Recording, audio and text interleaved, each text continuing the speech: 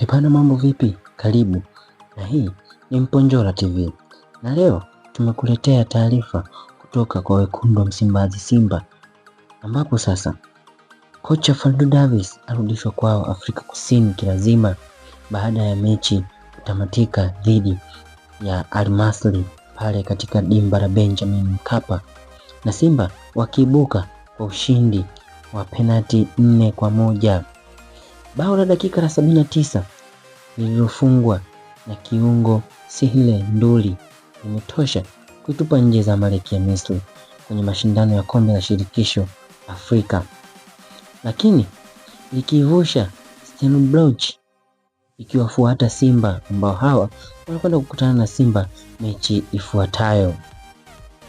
Ushindi huo wa ugenini wa Stellenbosch unaifanya timu hiyo kukutana na Simba wekundu wa Msimbazi, ikiwazuia wekundu hao kurudi Misri, huku ikimrudisha kocha Fadlu Davis kukutana na wasauzi wenzake, ambapo huko ndipo aliweza kuanzia kazi yake, na ndio sehemu pekee kocha Fadlu Davis aliweza kuonekana na wekundu wa Msimbazi Simba.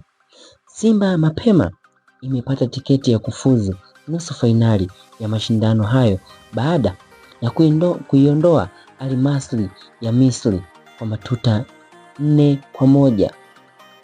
Baada ya timu hizo kumaliza mchezo kwa ushindi wa bao 2-0, lakini matokeo ya jumla yakawa ni aggregate ya goli 2-2 kufuatia wekundu wa Msimbazi Simba kupoteza mchezo wa kwanza kwa idadi kama hiyo.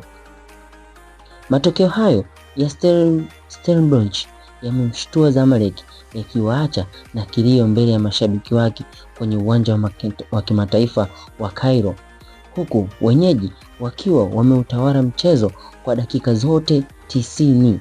Kocha Fadlu Davis anakwenda kukutana na kocha mkongwe Msauzi Steve Barker mwenye umri wa miaka 57, ambaye anajua vyema kabisa na kocha wa Simba Sports Club, kocha Fadlu Davis. Pia Zamalek katupwa nje. Matokeo hayo yanaweza kuhatarisha kibarua cha kocha Jose Peseiro ambaye ni raia wa Ureno. Hivi basi kocha Fadlu Davis anakwenda kukutana na waajiri wake wa zamani ambao sasa Steven Barker wanajuana vyema kabisa, wakiwa wameanza wote katika michuano hiyo au katika nyadhifa hiyo ya kuwa makocha. Ni yapi maoni yako baada ya kocha Fadlu kukutanishwa tena na waajiri wake wa zamani? Na hii ni Mponjola TV, usisahau kusubscribe, kulike na kucomment. Asante.